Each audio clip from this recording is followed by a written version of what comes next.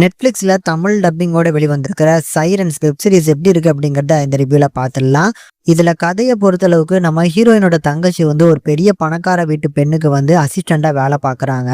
நம்ம ஹீரோயினுக்கு இப்ப தன்னோட அப்பாவை பாத்துக்கிறதுக்கு ஒரு ஹெல்ப் வேணும். அதனால தங்கச்சி வந்தா நல்லா இருக்கும் அப்படின்னு சொல்லி டெக்ஸ்ட் பண்ணி என்னெல்லாமோ பாக்குறாங்க. ஆனா ரிப்ளை இல்லாதனால டைரக்டா அவ வேலை பார்க்குற இடத்துக்கே வந்துடுறாங்க. பட் அந்த இடத்துக்கு வந்ததுக்கு அப்புறம் தான் தன்னோட தங்கச்சி ஒரு போலியான வாழ்க்கையை வாழ்ந்துட்டு இருக்கா. சந்தோஷமா இருக்கதா நடிச்சுக்கிட்டு அந்த இடத்துல ஒரு ஃபேக்கா மாட்டிக்கிட்டு இருக்காளோ அப்படிங்கிற ஒரு தாட் நம்ம ஹீரோயினுக்கு வருது. இதனால அங்க இருந்து காப்பாத்தி எப்படியாவது கொண்டு வரணும் அப்படின்னு ஆசைப்படுறாங்க. இதை சுத்தி நடக்கக்கூடிய அந்த ஃபன் டிராமா தான் இந்த டோட்டல் சீரியஸுமே. எனக்கு இந்த சீரியஸ் ரொம்ப பிடிச்சிருந்துங்க. சூப்பரா எடுத்திருந்தாங்க.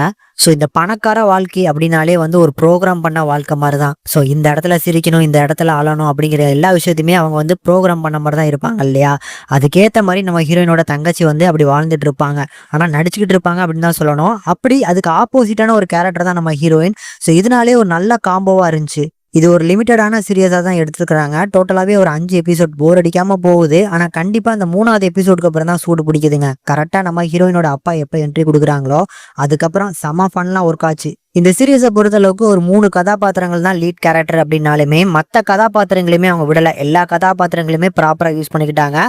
ஒரு நீட்டான சீரியஸ், கண்டிப்பா போர் அடிக்காம பார்க்கலாம். ஆனா ஃபேமிலியோட பார்க்க முடியாது. இந்த சீரியஸ்ல அடல்ட் கண்டென்ட் கொஞ்சம் ஹெவியாவே இருக்கு.